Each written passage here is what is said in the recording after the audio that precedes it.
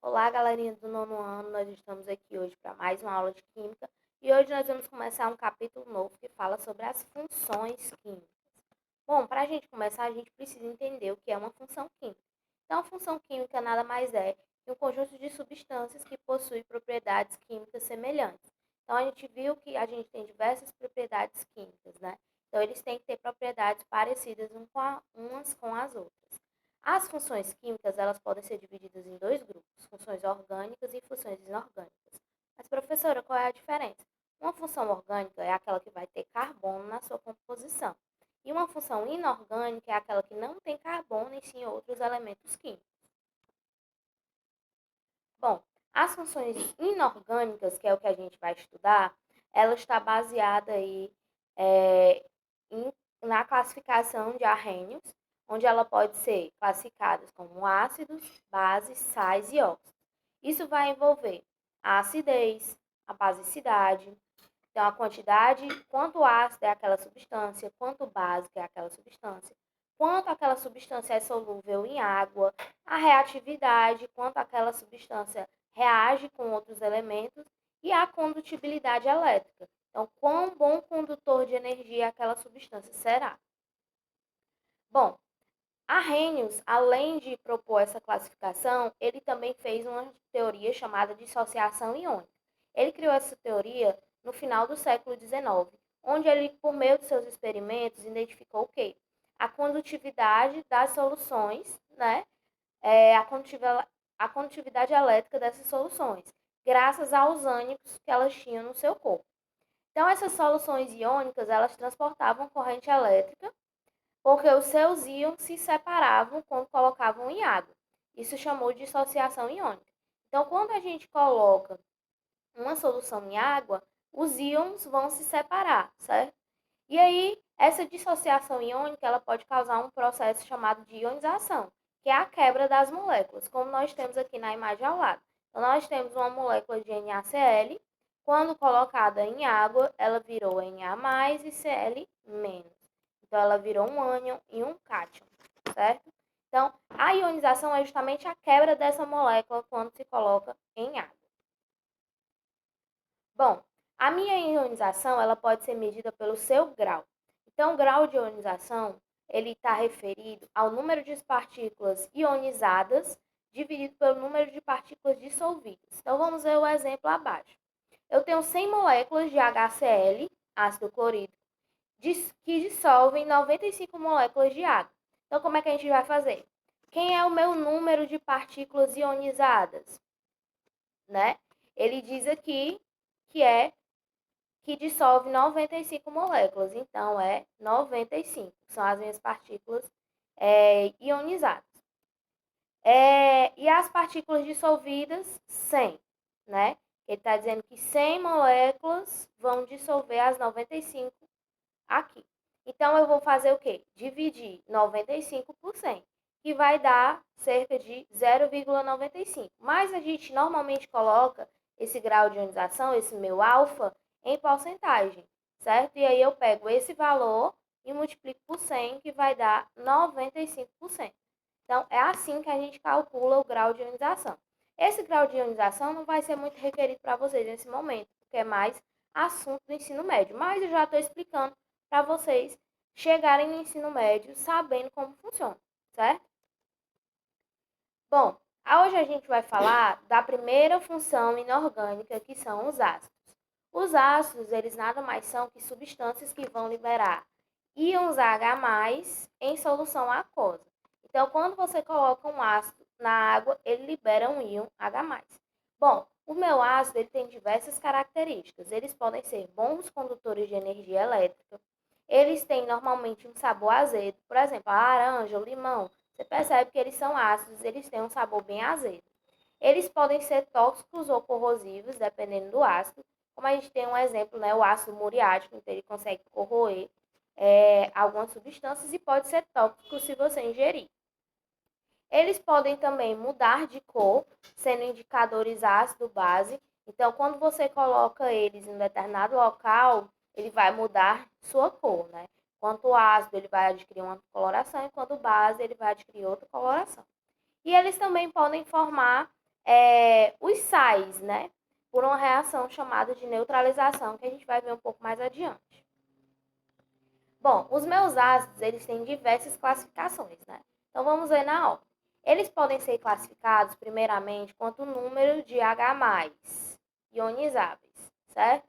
Então, nós podemos ter um monoácido, quando é produzido apenas um H+, um diácido, quando é produzido 2H+, um triácido, quando é produzido 3, e um tetraácido, quando é produzido 4. Então, nós temos aqui na reação HCl. Quantos hidrogênios eu tenho? Apenas um. Então, apenas um hidrogênio eu posso ionizar. No diácido, eu tenho aqui um exemplo ácido sulfúrico. O ácido sulfúrico, eu tenho quantos hidrogênios? 2. Então, eu tenho 2 hidrogênios que podem ionizar. Aqui eu tenho 3 hidrogênios que podemos ionizar e aqui eu tenho 4 hidrogênios que podemos ionizar. Então, o número de hidrogênios ionizáveis pode ser classificado dessa maneira. Nós também podemos classificar os ácidos quanto à presença de oxigênio. Então, os ácidos sem o oxigênio, eles são chamados de hidrácidos. E os ácidos com oxigênio, oxiácidos, certo? Então, hidrácidos quer dizer que é hidrogênio sem oxigênio e oxiácido com oxigênio. Bom, quanto ao grau de ionização, que foi aquele cálculozinho que eu mostrei para vocês, os ácidos podem ser classificados em fortes, moderados e fracos. Professora, qual é a diferença? O grau de ionização, quando for um ácido forte, ele vai ser maior que 50%. Aquele exemplo que a gente fez foi 95%, então é um ácido bastante forte. Um ácido moderado, ele vai estar entre 5% e 50%, e um ácido fraco menor que 5%, certo? Então, você vai fazer aquele cálculozinho de grau de ionização para saber se é um ácido forte, moderado ou fraco. Ele também pode ser classificado quanto à volatilidade.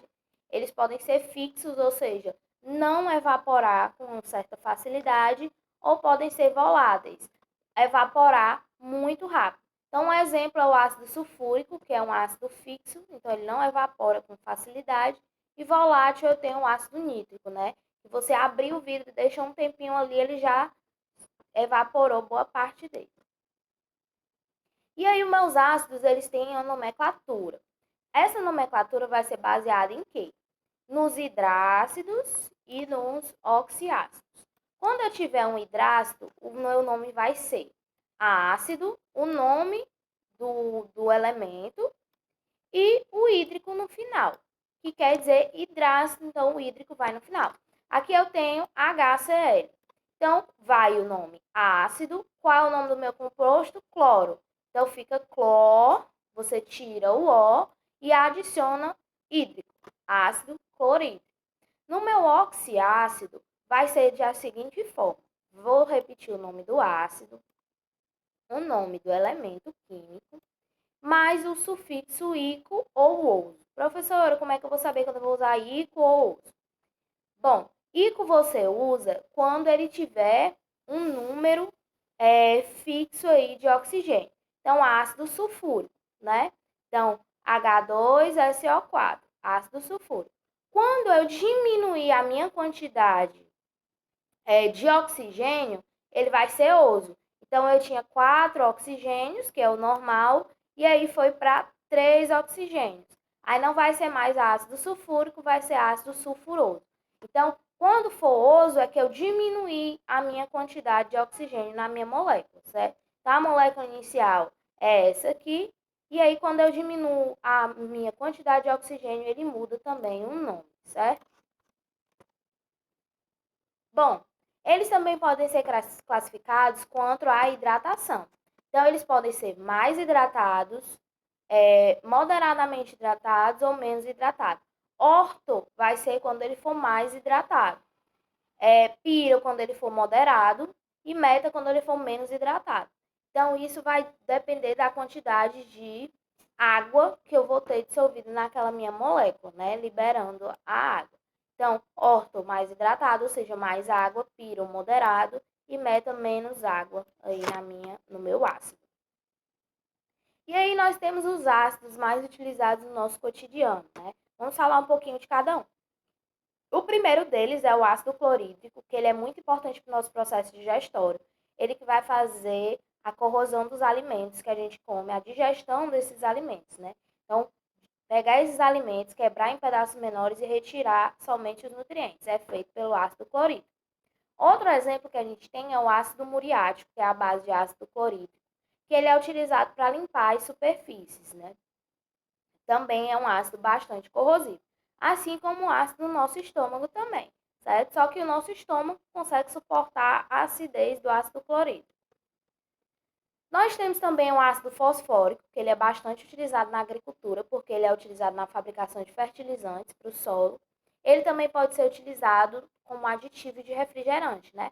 Por quê? Porque ele trabalha tanto no caráter ácido, como fazendo a conservação do líquido.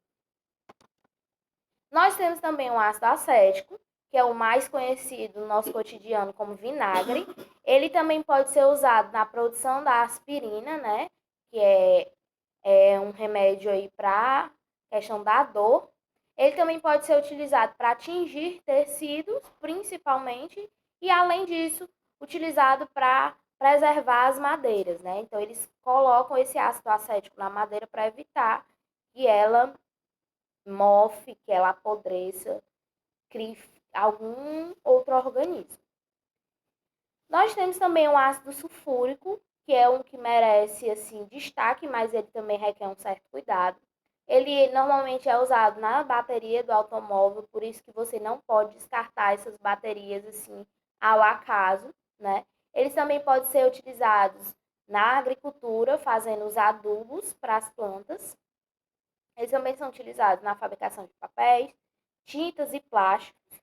E ele também é um dos principais responsáveis pela chuva ácida. Então, as indústrias acabam liberando uma certa quantidade de ácido sulfúrico, né? E aí, esse ácido sulfúrico na atmosfera, ele vai ser um dos principais causadores da chuva ácida, né? Então, esses gases ficam lá retidos na atmosfera e aí, com um determinado período, quando chover, eles vão ser carregados na água da chuva. Nós temos também o ácido nítrico, que normalmente ele é utilizado para a fabricação de explosivos, para a fabricação de plástico, além de fertilizantes, né, para a agricultura. E um fator importante é que ele também é um dos gases principais da chuva ácida. Então, na fabricação de plástico, principalmente na fabricação de adubo, há uma grande quantidade desse gás liberado na atmosfera que também vai ficar retido e poderá ser carregado juntamente com a água da chuva. Nós temos o ácido carbônico, né? Que é a famosa bolinha que a gente encontra tanto nos refrigerantes como na água com gás. Então, ele vai ser responsável por fazer aquela gaseificação, tanto da água quanto do refrigerante. E é isso, meu povo. Vou deixar uma atividadezinha para vocês aí em PDF. Quero que todo mundo responda e me envie a atividade respondida, certo? Então, era isso que eu tinha para passar para vocês. Eu espero que tenham entendido. Se não, estou aqui à disposição para qualquer dúvida. E fiquem todos bem e até a próxima aula. Tchau, tchau.